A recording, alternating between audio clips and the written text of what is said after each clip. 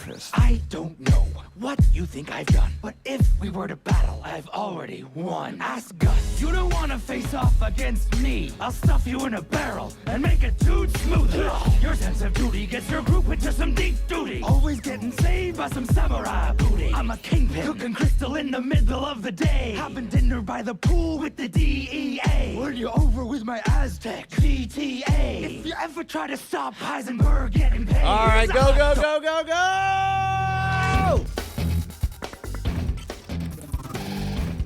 Ladies, gentlemen, and all of you, welcome to Cordkillers, our mission to report the intel from the front lines of the cord-cutting revolution with the purposes of not making you do any particular thing, but to give you the information you need to be able to watch what you want, where you want, when you want it, on any device or screen you please. I'm Tom Merritt. Hey, man, I'm Brian Brushwood, and that was Rick Grimes and also Heisenberg. We mostly heard Heisenberg. Yeah, no, that's true. Well, he had the better rap, so I told him to go ahead and come in the middle of that. Epic Rap Battles dropped that yesterday. I feel like there's something poetic about one august institution rapping about two other august television institutions, all three of which seem decreasingly relevant, which I feel bad to say. I mean, one because the show closed, and the other one because I don't care. But also, like, as much as I love Epic Rap Battles, it's like, I don't know, they're exquisitely well done every single time. It's just like I'm less and less engaged every time. But they're epic. Well, sure. By definition. Hey, joining us today, Derek Chen is sitting in on Cordkillers. Derek, you may know him as D-Dog. From the chat room, you may know him as Derek, which is because it's his name. But he also works in the advertising world. So we like having him on to help explain how all of this like money making happens for both web video and regular television. Derek, welcome to the show. Welcome back. Thanks.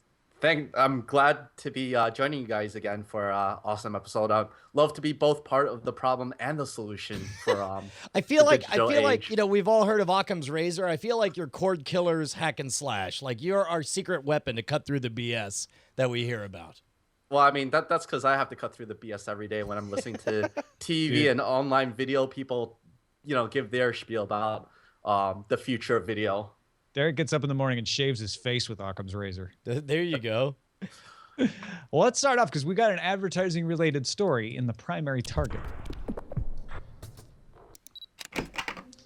AOL, and in the new fronts, which kept Derek busy all last week, that's kind of like the upfronts, but it's for internet folks, and it's pretty much the same thing. People go and say, hey, buy some ads from us, please, for the next year. We just want to lock in as much of your money as possible. Released 16 original news shows, or announced 16 original news shows. We've told you about some of them before. They involve big names: Sarah Jessica Parker, Zoe Saldana, Ellen DeGeneres, Steve Buscemi, James Franco. But the big thing for me is that they're partnering with Nielsen on a beta test of Nielsen ratings for their AOL original series. AOL series will be measured with digital ratings for audience measurement, deliver gross ratings points to show what type of people are watching the programs, and additionally, Nielsen will measure associated advertising shown with the AOL shows. So, Derek, this isn't the first time Nielsen has rated online content, but web originals, is this going to be a first? Well, I mean, you've actually, through pretty much all the new fronts this year, that's the same thing.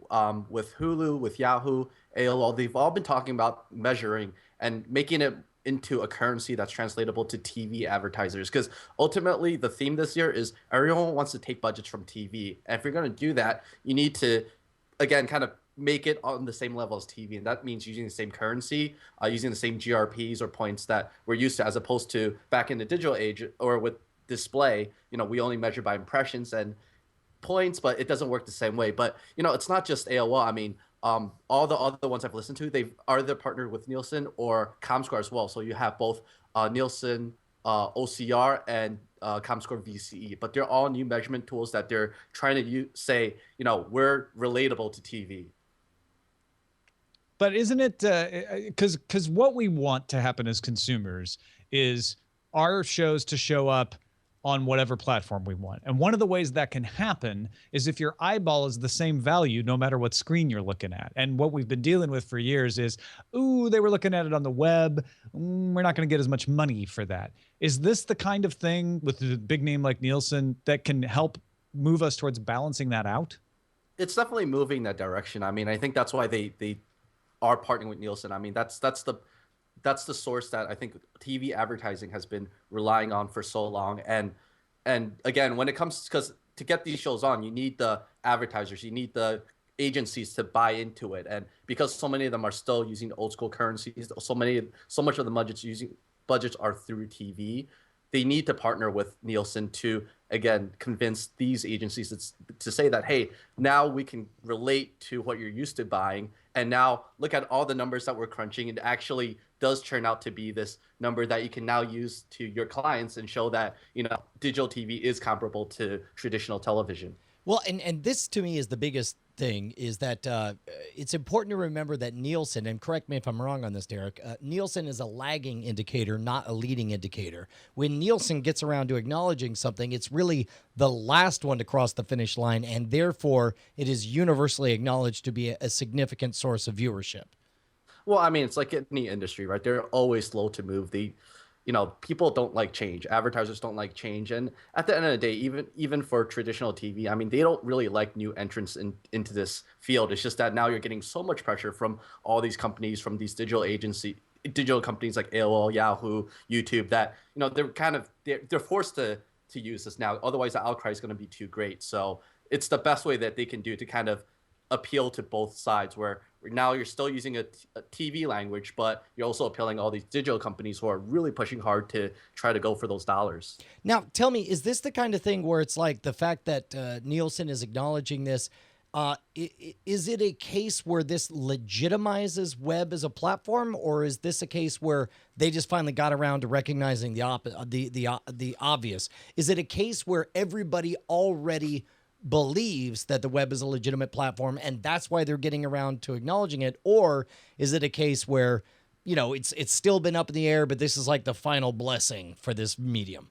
I think we still have a long way to go. I mean, even to be honest, I sat through several of these new fronts and I'm still kind of unconvinced in terms of how viable are these, AOL, Yahoo, Crackle, all these companies really as a replacement for TV. I mean, they're trying to make their case.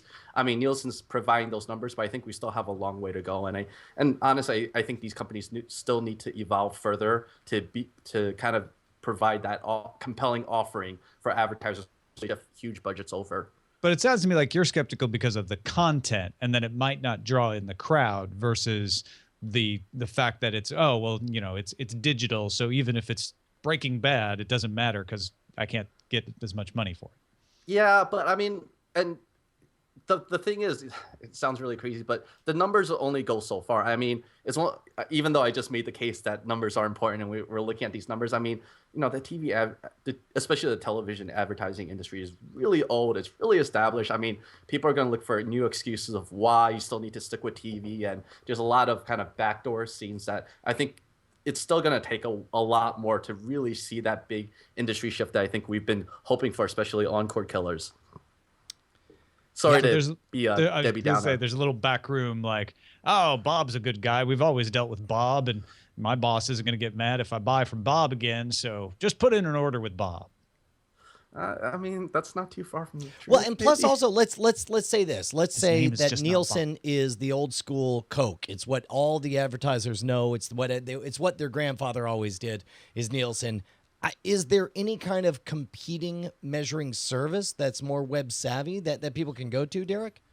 I mean, Nielsen is the traditional one, especially for TV. So that's definitely the more established one. ComScore is more rooted in the digital end. So especially like for me, my roots were a little bit more in the digital end. So I've been using ComScore numbers a lot, and we've tried to marry those ComScore numbers to Nielsen. But having support from both ends obviously helps, because you can just pick whichever numbers your clients or want to look at.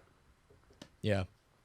I think it's what we're seeing. I mean, how much of a parallel, I guess, is what I should ask you, Derek, are we seeing between banner ads and print ads, where we're finally have gotten to the point where people see banner ads as almost as old fashioned? They want better online ads, but there's no controversy about buying ads on a website as a display ad.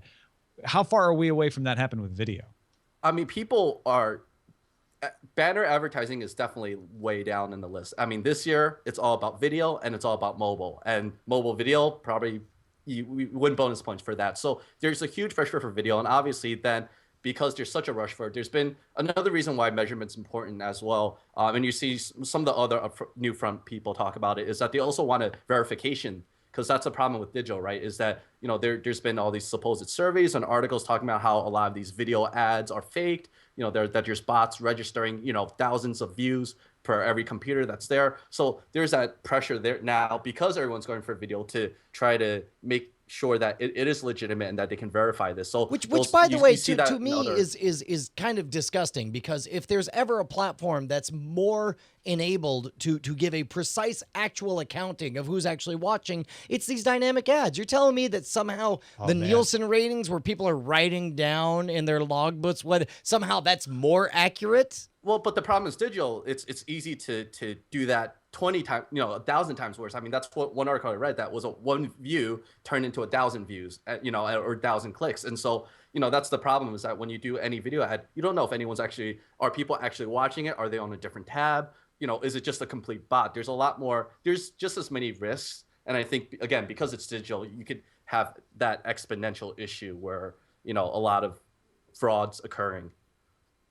Well, and that was always the fight that I had at techtv.com back in 2002, was like, yeah, but we need a legitimate system to verify the display ads. And I'm like, do you have a system when someone picks up a freaking magazine that verifies that they saw the ad? Well, here's the problem, is that the digital, and this is going back to banner ads, you know, the digital advertising world kind of shot themselves in the foot, or not shot themselves in the foot, but they talked about how, you know, we can verify, we have real-time numbers, you can optimize by the second. And so there is that pressure, you know, and that, I think that's another hard part, is that when people think digital, they're still thinking about like direct response or looking at numbers much more closely than you would with video. When you're sitting on TV, you kind of just said it, you know, here's your impressions, here's, you know, 3 months later, here's kind of how many people we think this reached. With digital, they want to know by the second, by that day, how many impressions were served, how many clicks were there, what's the view through rate. And you have that pressure for digital, just because that's always been the big rallying cry, was that you can do this that you couldn't do on TV. And so now you're getting that pressure where people are saying, well,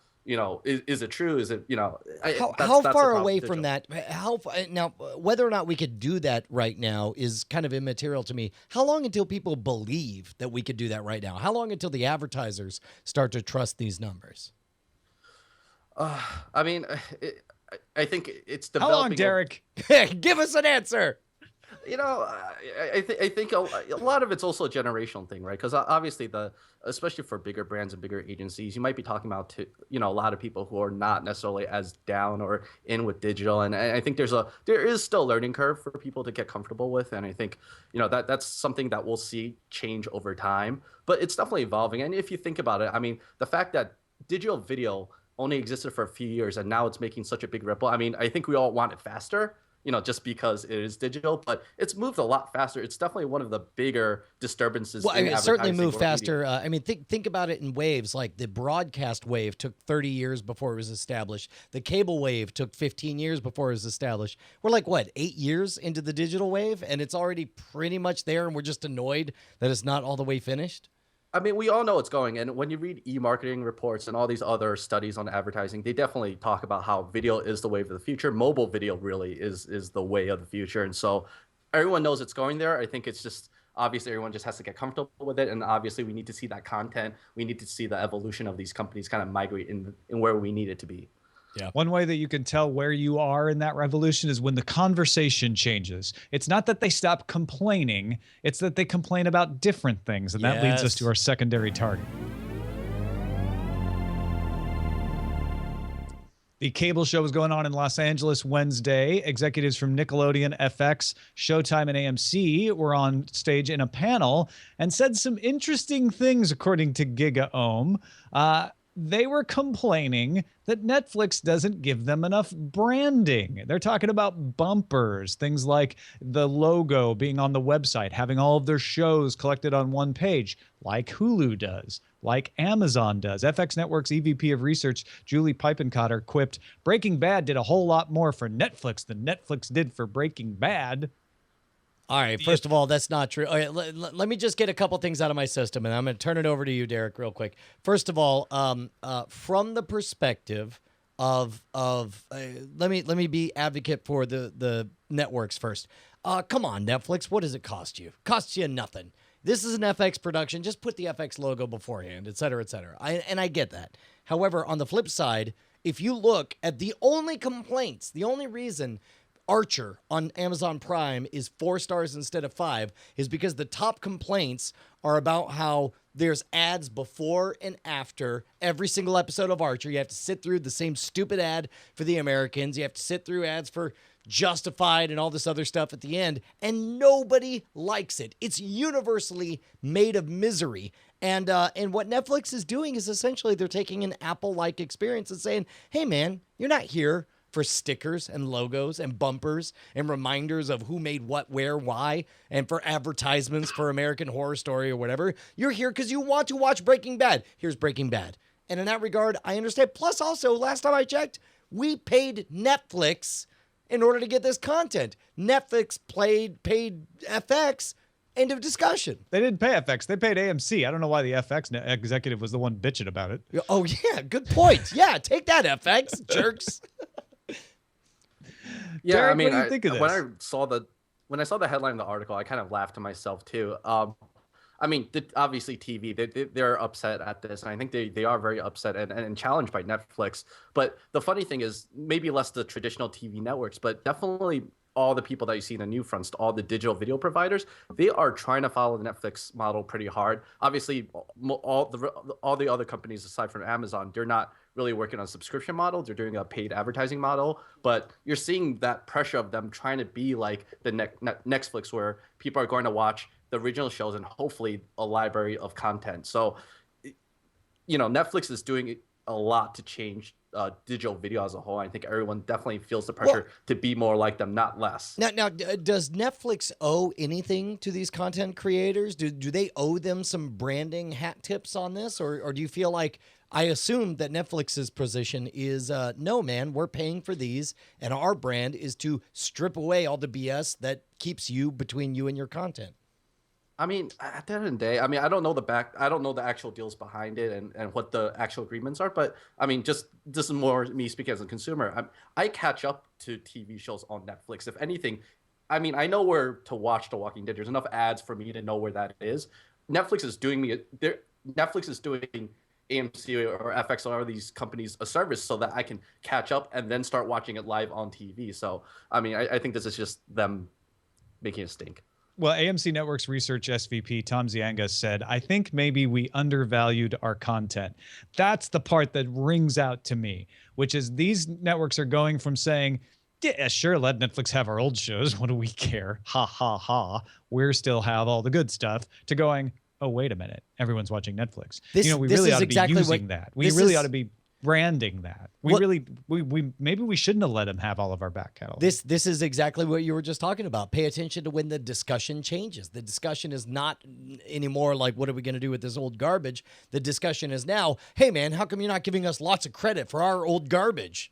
Yeah. Oh, and you also make things that compete with our network's things like House of Cards and Orange is the New Black, and we're not really as comfortable with you anymore.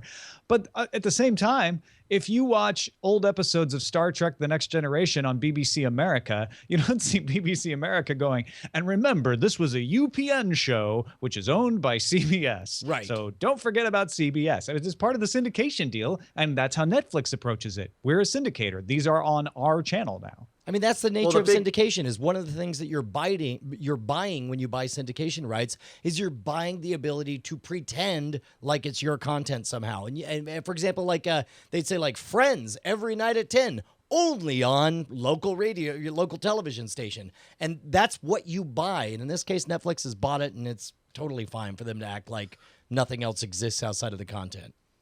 Well, I was going to say the big difference with Netflix and these other companies is that, they give you mostly what you want, where you want, how you want it, right? I mean, that's the big difference. You can get Netflix anywhere you want, on your phone, on your tablet, on your connected TV. And most of these other, BBC America, it's not like you can watch old episodes on your tablet. You're stuck on that channel during that time. And I don't know. That's I think You know where that's you the can big watch old difference. episodes of Star Trek: The Next Generation? On Netflix. Actually, you don't have to Exactly. wait for BBC America to put them. So it's kind of funny. Also on Hulu. See, CBS has the right idea to me, which is take that old back catalog and just sell it. Make some money off of it. Put it on Hulu, put it on Netflix. Don't restrict it. I think they have the wrong idea on their current stuff where they hold it very tight-fisted. But, you know, I think they've got the right thing going on behind the scenes. But anyway, Yeah. I thought that was interesting to hear them start to look at Netflix as a valuable place to get their message out. And I'm not calling the death of the network yet, but I question the role of the network. Not that there won't be a role for it, but what will the role of the network be down the road when a production company can make a show and put it directly on Netflix, put it directly on Amazon, put it directly on Xbox? Where does the network fit in, the traditional network? Yeah, agreed. Hey, man, I'll tell you who fits into my heart and mind and soul are our bosses. And I'm talking about all 1,760 of them over at patreon.com/Cordkillers. Of course, Patreon is the way that you guys can subscribe per episode. If you like our show, if you think our show is worth, I don't know, like 7 cents an episode, not more, not less, guess what, man? You can give us exactly 7 You cents. cannot buy anything per for 7 episode. cents. Except try. for this, except for this episode, they could buy this Except for episode. this episode. Yeah, this is the only place where it's like you name your own price, and we mean it. You know, I think that just went up to 1,761. You know why? Why? Because there was a guy out there going, oh, right, I keep meaning to do patreon.com/Cordkillers, and it's only 7 cents. What am I doing? That's a good point. By the way, if you're one of those guys, understand people think like, oh, 7 cents an episode. How does that matter? Tell you what, it matters when there's 1,760 of you guys. It makes it possible for us to be completely independent, talk about what we want, when we want, how we want to, and for that, we totally thank you guys. It's like light as a feather, stiff as a board, right? yeah, One everybody's person can't raise that, pinky. You're lifting us with but your pinkies everybody out with there. their pinkies Yeah. can totally do it. Exactly. Thank you guys. Appreciate it. And for those of you who are 100%. patrons, you'll get lots of extra goodies. Signals intelligence is the next segment. What do you like? How is that slick transition, Brian? Smooth. You like it? Yes. Hey, Hulu CEO Mike Hopkins announced Wednesday that they're going to start letting viewers of select TV shows watch them on their mobile devices with Hulu Plus. Now, this doesn't solve everything that I have a problem with in Hulu Plus, but free episodes will arrive on Android first, then come to iOS along with a redesigned iPhone app. So you won't be artificially restricted based on your screen size with all Hulu episodes, although it's not like they're opening up the whole store. You know what? The more I think about this, the more I want to double down on my ridiculous position that I made clear last episode. I think this is ultimately a bad idea for Hulu. Hulu, number one, the division between Hulu Plus and regular Hulu was always mushy. It was always arbitrary, and it was always stupid. But at least before, it was very clear. Now it's not even clear, and I don't understand why they're doing this. I was actually at the Hulu upfront when that happened, and the wording of it actually got to me because it's like when he mentioned select TV shows, it's like, well, how many is that? 3 episodes? Is it the originals? Is it the network TV shows that I like? So even that, I'm questioning how much content is actually going on mobile. Is it anything I really want to watch on mobile, or is it just going to really force me to have to pay? So at least that's what ran through my head. So wait a minute. What you're saying is like you're an educated industry insider, and even to you, this made things more nebulous and frustrating. You know what's funny too? Even at the upfront, the people, all the hosts that were up there, they even cracked jokes about the fact that you had to pay for Hulu Plus and the confusion with that. So but you know what? At the end of the day, Hulu was still touting that they had even more subscribers than ever. That was continuing to grow. So I don't know. I think yes, the issue is not that Hulu isn't growing, because it is. The issue for me is what's the proposition here? And that's where I agree with you, Brian. Like, this doesn't help that problem. I don't have a problem with them saying, let's just imagine a world where Hulu makes sense. And when I pay for Hulu Plus, what it means is I have either fewer ads or no ads, and I have a larger selection of content instead of an arbitrarily different selection of content.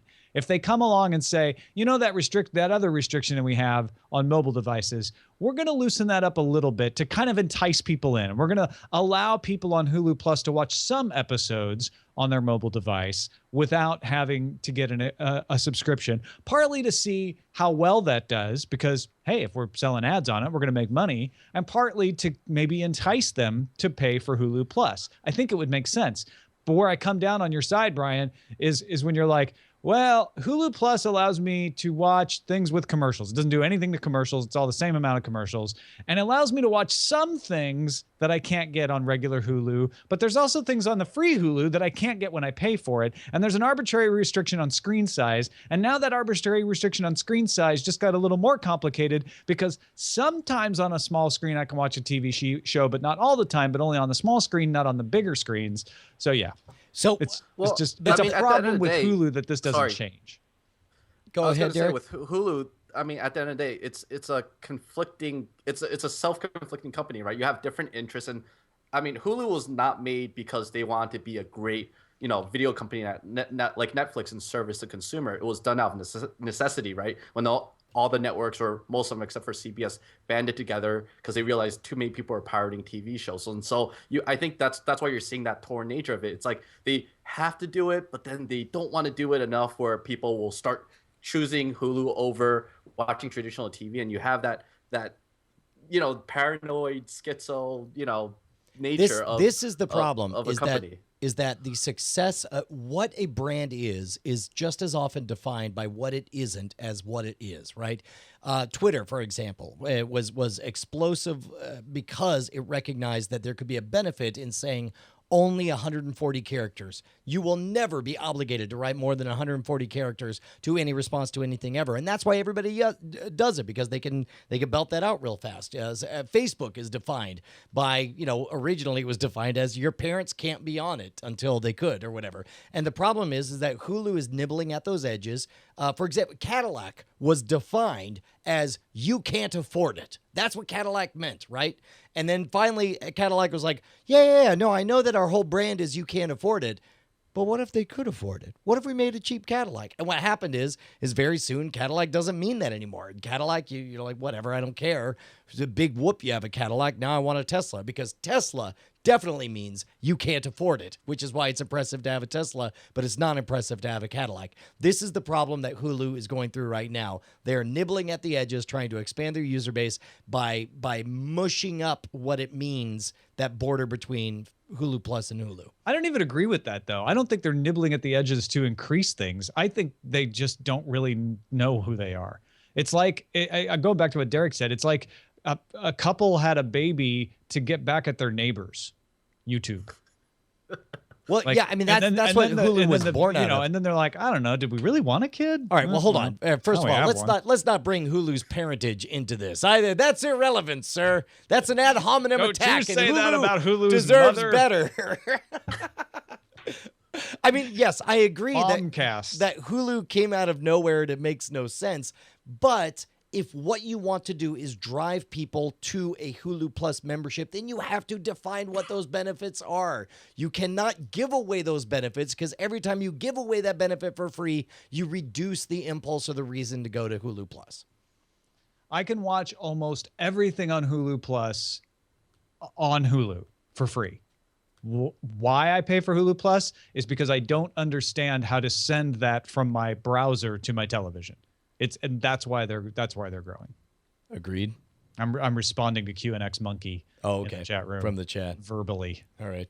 Take Take that, and that's Monkey. really, to me, the problem with Hulu is that it's exploiting ignorance for the moment, and that's never a long-term business plan. Agreed. I totally agree. You just nailed it. They are taking advantage of a short-term market confusion, which will only bite them in the ass in the long term. I think that's a great way to put it. This episode is brought to you by Hulu. Oh, no. See, that would have been in some other incarnation of the show. That could have happened. Guess what? It doesn't. Thank you, patrons. Shall we gear thank up? you, patrons. Instead, we get to... Wait. I want to Wait, just hang on there, Mark Gaddis. Don't you show up in a little box above my head yet. What? Because I want to tell you about the Sword and Laser anthology. See, we don't have advertisers, but we get to tell you about our own stuff. And I do a show called Sword and Laser with Veronica Belmont, swordandlaser.com. We have an amazing audience. Now, Cordkillers has an amazing audience, and some of you are in both, which makes you like super amazing. And some of them are writers. So we asked people in our audience, like, send us some short stories. We're going to do an anthology. We got close to 1,000 submissions that we had to read through that were all way too good. It was impossible to pick, but in the end we did. And so this has 20 science fiction and fantasy short stories never before published that you can get and read at swordandlaser.com/store. There's an ebook as well as this lovely print version that I have with me today. Veronica tricked Patrick Rothfuss into writing the foreword, which he was worried about until he read the stories and then was like, oh my God, these stories are actually good. I will want to write this foreword now. So yeah, that's just amazing. Dude, this is amazing. Now, how long a process has it been for you to summon all of these and to make this into being? Because I'm sure you had the idea, you put out the call, you know, obviously thousands of submissions and so on. Like from the moment you say, hey, let's do an anthology, to the moment just now when you said that, how long are we looking at? Over a year. That's amazing. It was Veronica's idea. She's like, let's do an anthology. And it took us more than a year from the moment we actually posted that we're going to do it. Like, do you guys want to do this? And we got overwhelming yes, to selecting, collating, getting an editor on board, CJ Harrison, to clean up all the stories and make sure they flowed great and didn't have any typos and all that stuff. And all the way to like getting it printed and everything and doing Kickstarter backers. It was amazing. So check it out, swordandlaser.com/store. Now Mark Gaddis can appear in a small box above my head because it's time to gear. It's time to gear up. What do you got for us, Tom? He'll show up later. That's a different hey, there's this company called Frequency. I don't know if any of you have played with this. It's one of those many apps out there that curate short videos. So QPlay does this, Pluto.tv does this. Frequency provides curated videos from more than 4,000 sources. They build apps for TCL televisions, Samsung televisions, Hisense. They've actually got an app on the new Fire TV.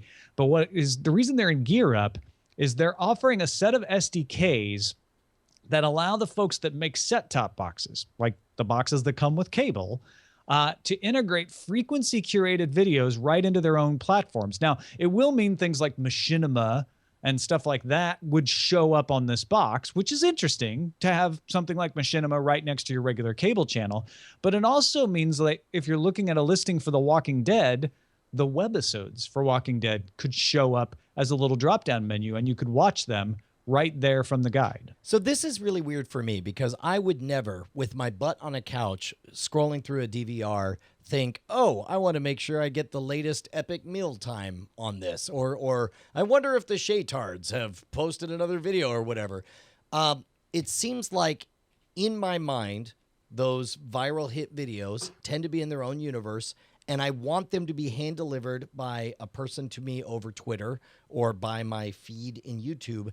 But then I wrap my mind around the possibility, what if it just popped up kind of like the way you're watching a movie on your Xbox and so-and-so comes online and it just pops up and says so. I don't know that I would hate that if my DVR box knew that I loved. For example, let's say out there's somebody who loves Scam School so much that Scam School is appointment viewing, and the moment something gets posted, they really do want to drop everything and watch it.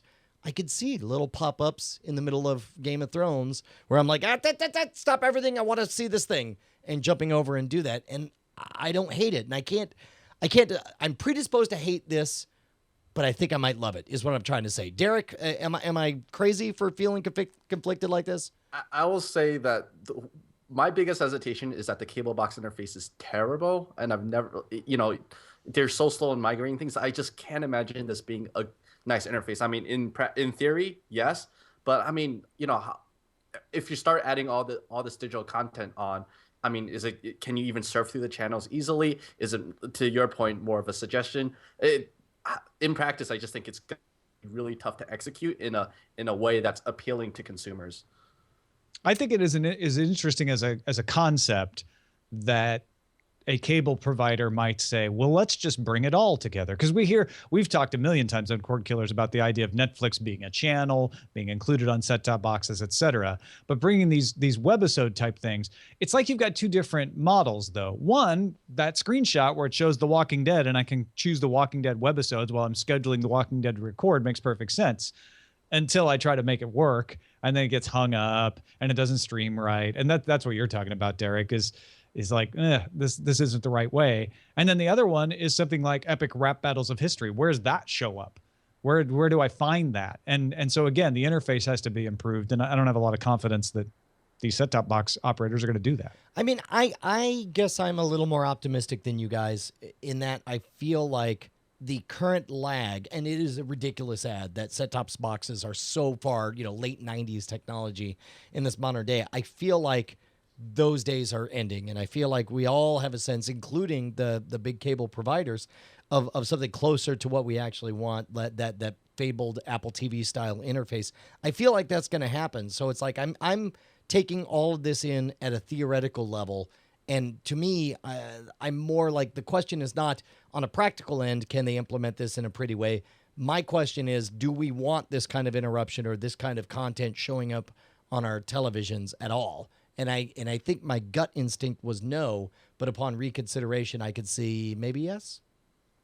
I mean, I'm watching right, a lot maybe, more yeah. digital content on the TV, through Chromecast. So I would love to have it. But, Brian, you always talk about how you don't want TVs to get any more complicated and you like the dumb TV. I think that's the tricky part, right? Is if I want to search for video, how hard is it to look for that right cat video that I was looking for? Or even if it's more premium, it's still, I think, a lot more work. It's hard enough trying to find it on Chromecast or on YouTube. And now to bring it over to the TV, I just think there's a lot of work into that.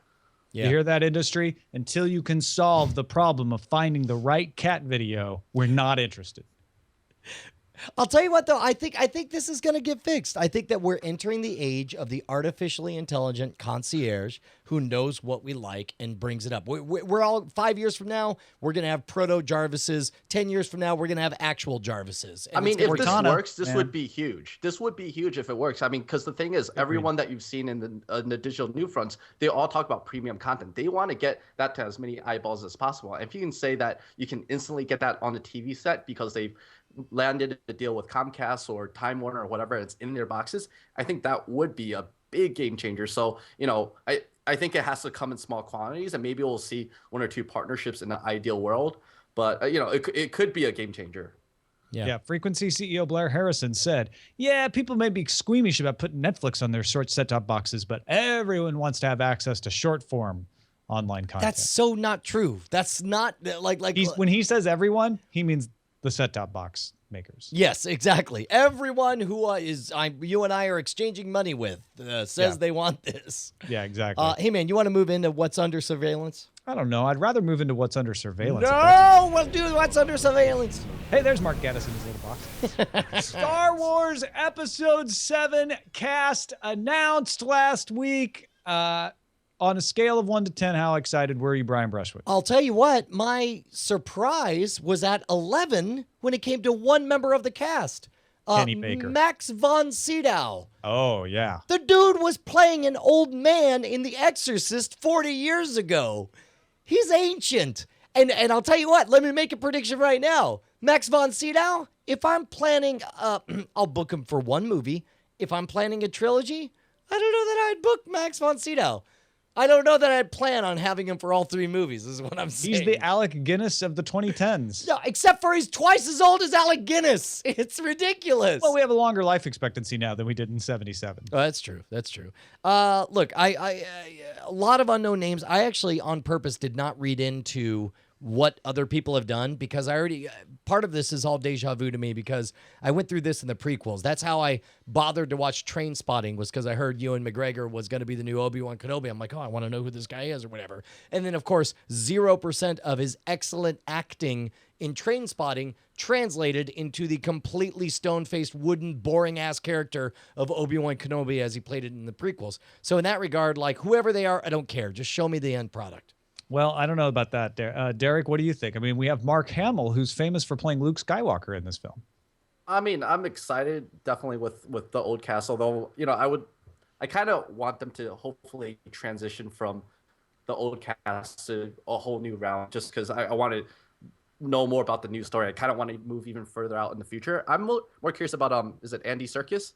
Oh, yeah. And what he's gonna play. He can literally play anything. Andy Serkis as long as the it's rock not a human that being, floats. he can play it.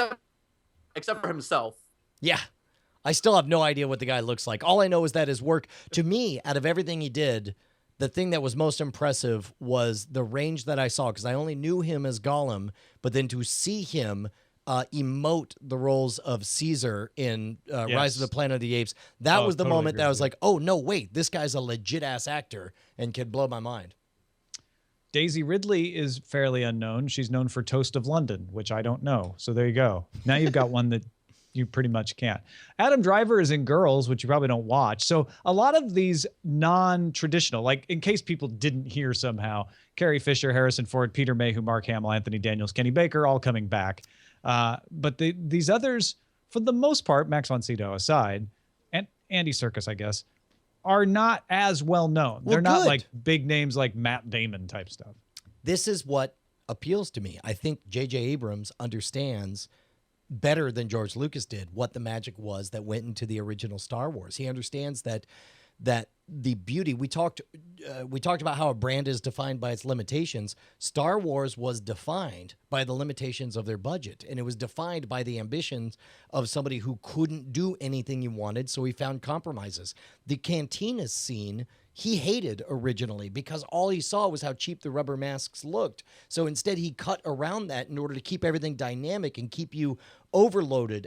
George Lucas at one point said that the cardinal sin of all sci-fi movie makers is that they're so proud of their sci-fi sets and the expensive backdrops that they do that they insist on showing them off, when instead what they should be doing is showing them for 3 seconds and then blowing them up. And of course, old George Lucas doesn't do any of those things.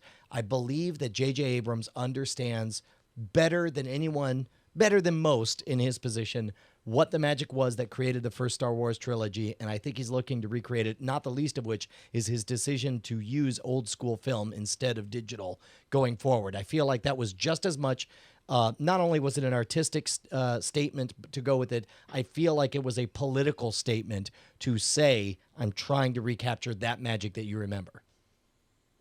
I can't wait to see Andy Serkis as Watto's granddaughter. It'll be fun. Hey man, we should plug real quick. I put this in here. Did you watch the trailer for Star Wars Rebel? Star Wars Rebels. Yeah, I did. It looks fun. Yeah, it looks, in many ways, it looks exactly like, Clone Wars aesthetically. Yeah, it's got that same feel. Except for it's set in a better universe, a universe that I understand and that I care about. Real TIE fighters. Exactly. So I feel like there's a chance, man. I'm just glad to be getting back to the original aesthetic, the ragtag group of rebels. They versus... use the music from prequels, though. I noticed that. I did notice that. They used kind of what is it? Something Sith. Yeah, Whatever. the Sith thing. The Sith thing. The bad guy music from episode 1. That's what he called it. Let's move on to the front lines. Thank God. Thank you. Hey, so front lines, Derek, you're familiar with 60 seconds to talk about each of these. Each of us can call an extension if we want. I'm going to start us off with Movie Phone. May not have a phone number anymore, but AOL is keeping it alive. The Movie Phone website will now include TV content. You can search for episode listings, cast information, showtimes, users, and see whether an episode is available on viewing platforms like Netflix, Amazon, Instant Video, iTunes, YouTube, and more. You can even customize the service for the services you use. Man, my brain just short-circuited. I was trying to figure out what relevant 1970s reference I could make in order. I mean, this look, I get it. Movie Phone is an established brand that means something information about movies, and because they bought it, they did. But I don't think that necessarily makes it good. Would you ever go to this site, Derek? No, I mean, you say established brand, but established brand to what generation, right? Kids today, they probably don't even know what Movie Phone is. Yeah, no, I agree. All right, let's. I'm trying to click on what do you want to watch, and it just keeps making me look at Maleficent, which is not what I want to watch. Dude, yeah, Hulu was doing that as well. Hey, man, the Wall Street Journal says that AT&T has approached, in quotes, DirecTV about buying it. DirecTV has 20.25 million subscribers in the U.S. and another 17.6 million in Latin America, while AT&T has 5.7 million U-verse TV subscribers. Compared to Comcast has 21.7 million before they buy Time Warner Cable and get close to 30. Is parity, is a Coke Pepsi world what we want in our cable providers? I don't have a problem with this, and here's why. AT&T almost doesn't have a TV service. It's 5 million. And DirecTV absolutely doesn't have an ISP.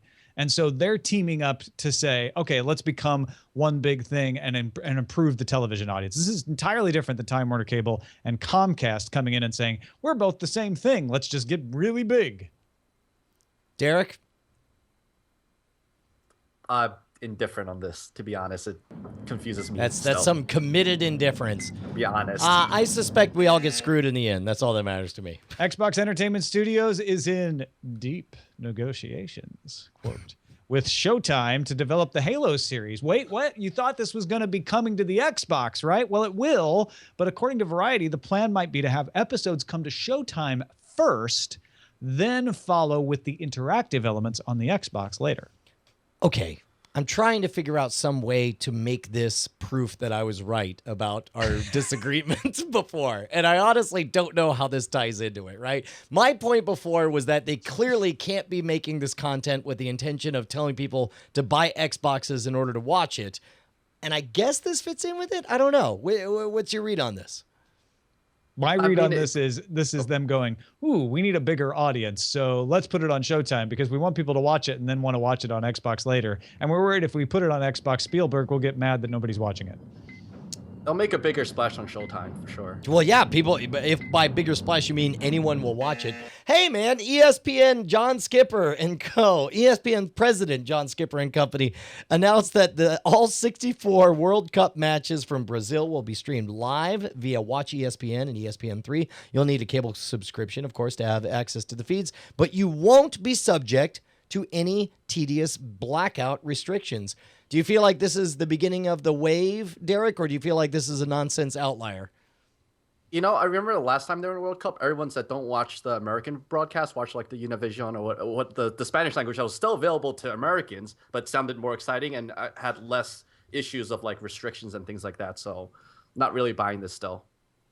Listen, if you don't have a cable subscription, I'm absolutely not recommending you use a VPN to watch the BBC coverage because it's got better announcers. That is not what you should do. Well, I mean, but if you were to, I wouldn't fault you for that. That doesn't seem like you're recommending anything illegal, just a violation of the terms of service. I actually think ESPN's kind of doing a good thing here. All right. Jeffrey Katzenberg, head of DreamWorks Animation, in a talk last week, was talking about the future of movies. And one of the things he said was, you will pay for the size of a movie in the future. Quote, a movie screen will be $15. A 75-inch TV will be $4. A smartphone will be $1.99. Derek, is this something we want to pay on this arbitrary screen size for something that's just a file? I mean, to be honest, it's kind of there, isn't it? Because when I buy on my iPad, I have the regular version or the HD version. I actually really get confused on which one am I supposed to buy. Does it make a difference if it's on the iPad or not? So it kind of exists. I don't know if it's going to be that crazy to, to parse it out between all the different platforms, but it also wouldn't surprise me. Let me kick this counter proposal back to you guys. Which would you rather have, pay by the inch or the windowed? Right now it's pay, and I'll take an extension on this because I think this is interesting. Would you rather pay by the timed window or pay by the inch and have simultaneous release? Neither. I will pay for resolution, though. That makes sense to me. The others are totally arbitrary, just silly. What? Okay, but we already live in one of them. So it's like, yes, there are two unfair, arbitrary constructs I'm offering you. One of them we actually live in. The other reject one, your reality and substitute my own.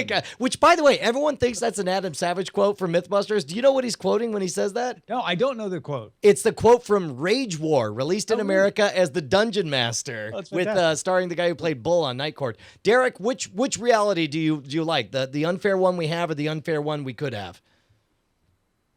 They both seem terrible for me, so neither one. But see, one rewards my impatience, and I'm able to just buy it right now. That's what I want. My wife and I still haven't seen Her yet because of stupid windowed releases and the fact that it's not in theater. We can't see it. I definitely agree. Windows is worse for sure. All right, man. The second season of Orange is the New Black hasn't even premiered yet, but Netflix announced that it has been renewed for a third season. This sounds like a repeat of what we heard with House of Cards. Well, actually, Netflix let Laura Prepon, Alex, reveal it on Instagram Instagram with a picture of a whiteboard of possible titles. I think more stuff should be released this way. Anything that you can release by way of Laura Prepon with Instagram makes me happy. I thought that was an interesting way of announcing a renewal because Netflix, it just shows they don't care. They're like, yeah, we just renew things on our own terms. It had nothing to do with any of you people. Do you think it was like a casual phone call where she's like, all right, so this is happening, right? And they're like, yeah. They're like, hey, you want me to like just do it on Instagram? That'd be crazy. And I feel like somebody was like, sure, bro, get nuts. And then did a line of coke. It was Laura's agent. Like, what if we just get her to do it on Instagram? No, see, I didn't even think it's that much thought went into it. I think it really was seat of the pants last minute out of nowhere. Might have been. Still was called her agent, though. I'd like to believe that. And that brings us to the end of another Frontlines. Yeah. Thank you, ladies and gentlemen. And for one more week, Tom can pretend that he might have a chance of winning the movie draft. I don't know what you're talking about, bro.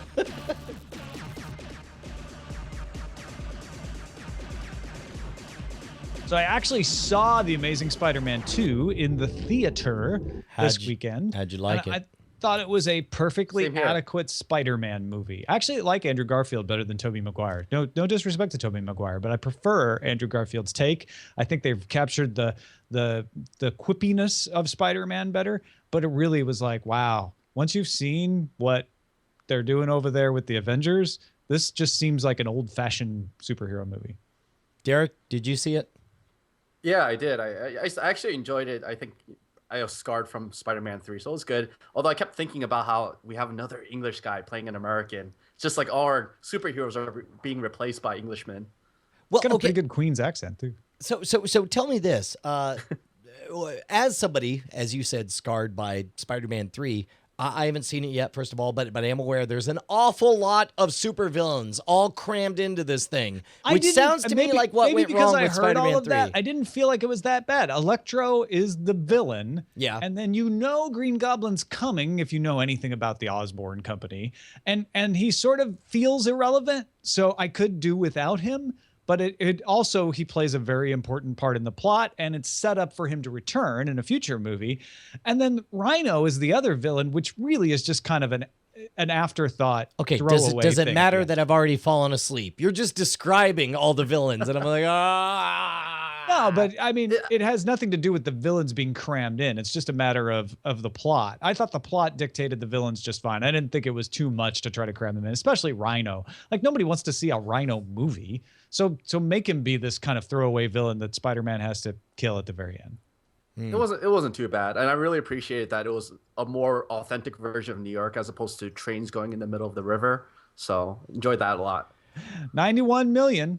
Amazing Spider-Man 2 for the Slash film team. Not bad. What did Captain America do first weekend? Do you remember?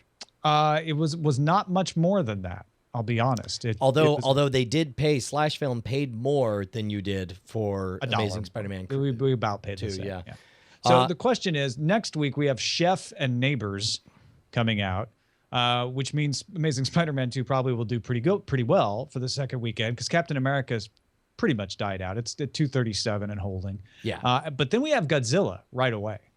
Yeah, I've said it before. I'll say it again. Godzilla has to tank. I will lose all faith in humanity and my understanding of the American market if Godzilla is anything more than like a Battleship Part 2. But I don't think Amazing Spider-Man 2 has as big of a second weekend as Captain America, and I think Godzilla steals whatever it has on week 3. Yeah.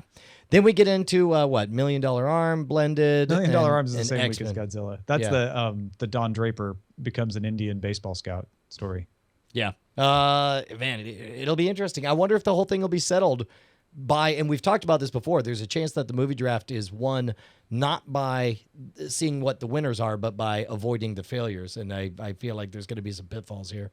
How to Train Your Dragon 2 is going to win it for God's money bags. No I'm way. Calling it right now. No way. They got $106 million out of Rio 2. They bought too much other crap though. They spent stupid money. I mean, they bought Transcendence for what, $11. They bought Chef's going to do like $100 million next week. No, I'm just kidding. I was about to say that's $22 million or $22 down the flusher. I'm not seeing it. All right. Check out all the drafting and good luck to our chat room at draft.diamondclub.tv. Let's talk about what's been on our screens. Yeah. I feel like it should be like a Betamax instead of a VHS. Or laser discs. Ooh, laser discs.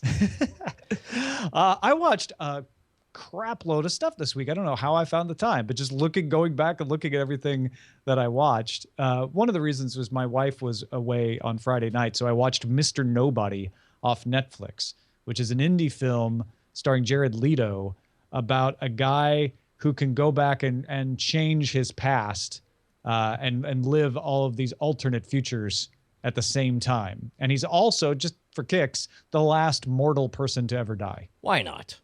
Why wouldn't he be? Was it good? You recommend it? It was pretty good. Actually, I thought it was shot well. I thought it was interesting. It was the kind of thing where the concept was not enough to keep me going, but they did a good job pulling me through the movie. I kept like, I'll just get up and get a snack here in a minute. And I found myself continuing to watch. So you're continuing to watch Agents of S.H.I.E.L.D. And it's great. Really? Like, they're Right not on. pulling It any really punches is. anymore. And they're throwing out references.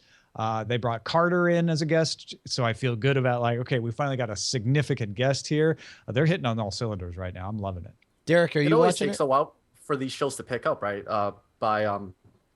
Why is this now the guy behind all these shows? Joss Whedon.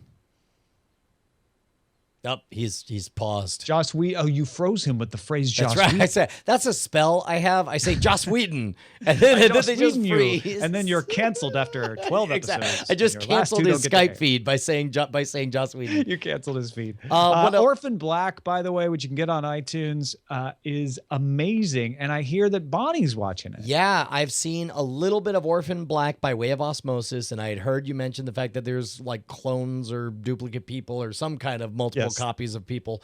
And I'm seeing that. That's apparently free on Prime, and Bonnie totally she doesn't watch Cordkillers. Season 1 is free on Prime, Correct. right? Not season 2. Correct. But Bonnie totally discovered it organically. She finished watching something or other on Prime and said, hey, man, try Orphan Black. And she just did. And I was really delighted to see that the algorithms worked out for what I hear to be a high-quality property for her to catch. And that season 2, if you like season 1, I feel like season 2 is just breakneck pace. It slowed down a little bit finally in this episode to give us a minute to catch our breath, but at the same time revealed something that I think everybody thought would never be revealed, or at least would be held. So it was kind of a shocker, even though it's not run and gun. All of a sudden you're like, whoa, that's okay. And they just keep changing the stakes consistently. Pretty controversial ending to this last episode too. A lot of people are like, no, don't go there, Orphan Black. But yeah, I'm also loving that. So wait, you saw all the way through the end of season 2 now? Well, no, season 2 is in progress. Okay. Oh, I'm sorry. Season 1 ended on a controversial note. I got you. No, this week's episode ended on a controversial note. Got it. Something ended somewhere, and somewhere somebody was There was a upset about show that ended. Got this it. week. No, 100%. An episode of Hey, man, so you're getting caught up on Rick and Morty, right? I believe I'm caught up on Rick and Morty. Can I I've confess watched something? 2 episodes. I think that brought me up to speed. I feel like this is can we put up like a screen between us and like, hello, my name is Brian. It's been 7 days since I last confessed something to you. I gave up on the Adult Swim website. I couldn't handle how broken it was when it was going from one episode to the next. Just getting through one episode, it would play 10 minutes and then show me the same ad 3 times and Yes, then crap out fair and hits. say this content no longer available. However, what did work was somebody has pirated all of the Rick and Morty episodes. And again, I don't support piracy. I want to give money where money is due and so on. But somebody's put them up on YouTube by slightly altering the pitch and putting it inside a cartoonish television frame. And at least that crap worked. That's all I'm saying. I was able to watch the Let's episodes just all the way say through. everybody needs more airheads. Because if I'm supporting Rick and Morty on Adult Swim by telling you that, because that's the ad you're going to see over and over again when you watch it. I've made up for you watching it on YouTube now. That, and if you buy cigarettes, you have to claw off a piece of your face. I don't because get that one. Oh my God, Yeah. it's all I get. I get that one once in a don't while. get Rick and Morty. I will say a couple of things about Rick and Morty. First of all, number one, did you see the one with the prom where he goes to prom and there's gets the girl to fall in love with him? Yes. Okay. Yeah, where he's tricked to where Rick's helping him Yes. trick the girl into with like, falling. with Yes, like yes. yes, exactly. When it goes in, there's somebody rapping on stage, right? Rapping about the flu. He's like, yo, flu rapping about the flu and all this stuff. That is actually Dan Harmon. Is it really? Yeah, doing Dan Harmon's, like on Harmontown, he does all these raps that all sound exactly the same. Okay. And so, number one, that's Dan Harmon, which I enjoyed a lot. And then Brant dropped a knowledge bomb. And again, this means a lot if you're somebody who listens to the Harmontown podcast. But Brant told me that the guy who plays Rick has stated that he is doing his impression of Dan Harmon. As the character of Rick is an impression of Dan Harmon with the stammering and the belching in the middle of his words and all that stuff. And I was like, well, the stammering I get, but the belching of the words. And again, this week, listening to Harmontown, I hear Dan Harmon halfway through a sentence go, exactly like Rick. It was like mind blowing, that moment. Well, and he does Rick and Morty, same voice. Oh, really? I did not know this. That's amazing. I know. It's like, why did they get other act? Why did they bother? Well, that's how they could afford Chris Parnell to play the dad. Because they had so much left over from the leads. Yeah, that's amazing. I really liked the Planet of the Ricks with all the alternate Ricks. Loved it, and he was the Rickest of all the Rick. Yeah. Ricks. It's amazing where they take. It's for a show that works so hard to convince you that it's utterly ridiculous and stupid. It is wicked smart because it's like it understands that you understand the language of storytelling, and you could tell it's very much just as Archer is like a virtual reenactment of the writer's room. I feel like Rick and Morty is a screenwriter's extravaganza where it's like, you understand the set pieces and you understand the callbacks and all that stuff. Now, there is a campaign of people called Derek Coates who are lobbying to get Derek's Skype connection to reconnect. No, he's been canceled forever. I mentioned Joss Whedon. He's been Whedoned. We might make a movie out of him, but we are going to try to bring him back. Meanwhile, it's dispatches from the front. Yeah, let's read some dispatches. All right, I got one from Alex Howard here. It says, this is a little bit of old news since YouTube has now been out on Roku for a couple of weeks now, but I just wanted to say that this pretty much killed the Chromecast for me. The addition of Dial, D-I-A-L, means that now my Roku does all the great things it always did and now adds the easy casting ability that made the Chromecast so attractive and really starts to edge out the Apple TV in terms of features. If I could just find a Chromecast type Chrome plugin that works with Dial-based services, I could do full screen sharing. Roku would really become the top of the streaming device heap. Are they there or almost there, Tom? Do you feel like Roku is the obvious decision for somebody on the fence? If you're really into YouTube videos, this is going to push you towards Roku. And I've always felt that Roku is probably the leader because of their wide variety of apps that are available. The Chromecast, though, is still cheaper, and you can still cast tabs. So if YouTube isn't as important for you, maybe, I don't know. I actually, even because it's Google, the YouTube app is always the one that works the best. I still think Chromecast is the better choice if you have to choose between the two. But I'm not disagreeing with what Alex is saying. He's saying there's a bunch of things I love about the Roku that I can't get the Chromecast to do. And the one thing that was differentiating was YouTube, and now that's gone. It's not a big deal. Yeah. If casting tabs, doing that, or if you're on a budget and you're like, I can't even afford the $70 version of the Roku or the $50 version of the Roku. I've got to have the $35 Chromecast. Then I don't think you're going to be disappointed. Tom, I'm so deeply moved by your soliloquy that I've decided to renew Derek Chen for another season. Welcome back to the show, Derek. How are you, sir? Am I working? Yes, you're working. I'm doing it through my iPad now. That's good. It works. That's all that matters. Just to wrap things up, was there anything that you're watching that you want to talk about, Derek? Yeah, I mean, I'm watching a lot of the TV shows, but the one thing I really wanted to point out was I'm a big fan of, obviously, YouTube, and I actually always wanted you guys to talk more about what channels to watch because I love trying to find new channels. But for me, Screen Junkies and CinemaSins are some of my favorite kind of channels on YouTube because they do hilarious parodies or criticisms of movies. Dude, I will, along those lines, I will give two counterpoints. I will say Your Movie Sucks is great, and also Red Letter Media. I will watch anything. Like, if I have free time, I'll always jump on all that. Red Letter Media, by the way, just got on the Patreon bandwagon. They just opened up today their Patreon, and of course, Red Letter Media did the amazing Phantom Menace reviews. I'm a big fan of the British Monarchy channel.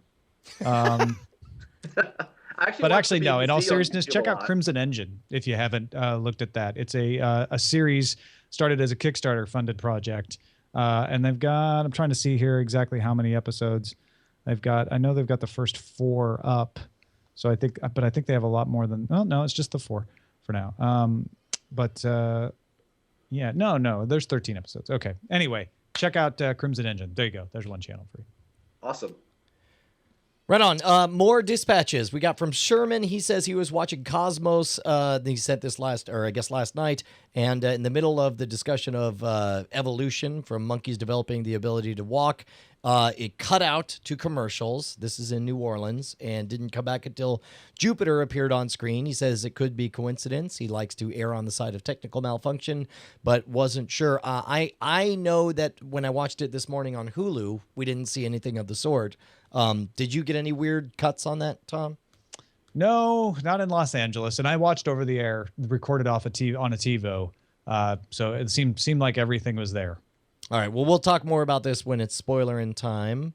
You know what? I just realized I told you guys to watch Crimson Engine and that it was a series, and I didn't tell you anything about it. The reason you should watch Crimson Engine to fix that is it's a post-apocalyptic series, which, you know, I'm a sucker for that kind of story, but they actually film it in New York in real abandoned spaces. So they found some really cool, like, real-life sets, which is a way kind of like the South by So Wasted video from Night Attack, where you have this post-apocalyptic setting just naturally behind you because there was a construction site behind. Yeah, absolutely. That's straight out of Stu Mauschwitz DV Rebels guide. He talks about how they shot a scene, like they saw on the news that there was a forest fire, and then they ran out dressed in ninja clothes, found the forest fire, and started filming in front of it, and got this amazing backdrop on there.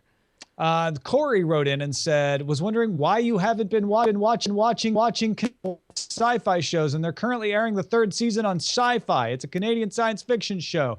And actually, Corey, I did watch the first 2 episodes of Continuum. I caught up on it on Video, back when Video was actually in existence. And I don't know why I haven't gotten back and started the 3rd season, but thank you for nudging me because I really did like the first 2 seasons. It's a woman from the future of Vancouver who's an enforcer, gets sent back in time to present day Vancouver and has to fight against these freedom fighters known as Liberate. And so there's a lot of it's set in present day Vancouver, but with a lot of sci-fi technology. And then there's flash forwards to when she was in the future. Finally, we got... Because it goes a little bit more into the time travel paradoxes and all of that into in further down into the season. So I definitely watch it. It's really good. Right on. Finally, Chris writes us saying, with an uplifting note regarding the chances for Aereo in the Supreme Court case, he says that he agrees the outcome is murky, but here's why Aereo will win. All right. I like this positivity. In the very first question, the attorney for the broadcasters agreed that Aereo was not a cable company. That would appear to take public performance licensing off the table. Additionally, unfortunately, no, it doesn't. That's okay. let him finish his point before you crush him, counselor. Let's see. Additionally, Aereo appears to be following the letter of the law. A conservative may just say it's okay to follow the letter of the law, even if it violates the spirit of the law, no matter who it angers. With that view, it should not be the court's job to fix the problem. Remember, the VCR case is also precedent. We're allowed to take recordings of shows with their private equipment. Does the location of that equipment matter? Well, an aside, apparently. It's actually not a precedent, but I'll explain that in a second. Okay, all right. Also, the attorney for the Justice Department admitted that Aereo fell somewhere between a cable company and a private antenna. I felt the justices asked hard questions to both sides. I do think Aereo has a fair shot at winning. Still want to read the opinion if it does not. Your witness. Oh, Chris, I want to agree with you, but I can't. Maybe you're right that they asked hard questions to both sides. That is true. The justices always do. The thing is, the case is about public performance. That is what it's about. So saying you're not a cable company doesn't take it off the table. In fact, it's the issue that's being decided. Right. So the fact that they said they're not a cable company was something that was not in contention. It was the justices going, well, shouldn't we just treat them as a cable company? Then this case would be solved. We'd say they have to pay a license for public performance. We don't have to solve anything, right? It doesn't take that issue out. In fact, it leaves it undetermined because they said, well, no, they're not a cable company. Because you, Chris, are also not a cable company. And that doesn't mean that you get to go and publicly perform things without a license, right? The question is is this a public performance? And that's why the VCR isn't a precedent, because the VCR case was about copyright. It was about making reproductions of things. And the justices asked a lot of copyright questions, and you will hear both lawyers say, yes, but that's a copyright issue, and that's not what we're adjudicating here. And you can basically hear the justices' frustration of, gosh, if this was just a simpler case, this would be easier. Right. But it's, why not just make it about copyright? What they're asking when they ask about those antennas and why aren't you a cable company is basically saying, is what they're doing not just following the letter of the law, but unnecessary? And here's what I'm afraid of, and this is why I think Aereo is in danger. If they can say Aereo's individual antennas aren't really the same as renting an individual antenna, it's just a technological trick to make it appear as if it's an individual antenna, and it's not necessary. There's no other technical reason to do it the way they're doing, then they're going to rule against Aereo. Somebody wrote us in claiming, and this is all allegations without foundation as far as I could tell, that it's impossible for Aereo to get the quality of signal that they claim to get with individual antennas. And instead, what they're actually doing is they're claiming that each individual antenna is its own antenna, when in fact, the entire thing works as an array of antennas, which receives signals at a quality that would not be possible. If you just took a single dime-sized antenna, set it off in a field by itself, there's no way it would get the quality of signal that they're able to get on there. Which it's actually a point in Aereo's favor. They allude to that in one of their answers. If you read through that transcript, they say, yeah, there is a reason we have to do it this way, because there are benefits to having resonance factors nearby. So it'd be the same thing as putting an antenna up in a metal enclosure, because the metal enclosure helps the signal, even though the metal enclosure doesn't have anything to do with the Not antenna. wrong with that. No, that's a good point. That could go either way. Yeah, I could see that. Hey, Derek, do you got anything to promote? Can we turn some people your way? At this point, it's just my Twitter. So it's just, Derek at DerekC82. That's 2 R's ICK. That's usually you'll see me tweet about anything from advertising to the gaming industry to life in New York City. Right on, man. Well, we're going to do a spoiler in time here shortly. Are you going to stick around for that? Have you been watching Game of Thrones? So I saw last night's episode with my roommate, but I haven't seen anything since episode 1 of season. That's got to be weird. Okay, let's keep you around. I want to hear your perspective on this. Well, thanks everybody for watching. Don't forget that you can find us online, cordkillers.com. That is the website that has all the information collected together. You can subscribe to audio, you can subscribe to video, and don't forget about our Patreon, patreon.com/cordkillers. You can email us, cordkillers@gmail.com, and we're live on diamondclub.tv most of the time when the technology works at 7 p.m. Eastern, 4 p.m. Pacific on Monday evenings. We'll see you later, folks. Yeah. So long, beautiful people.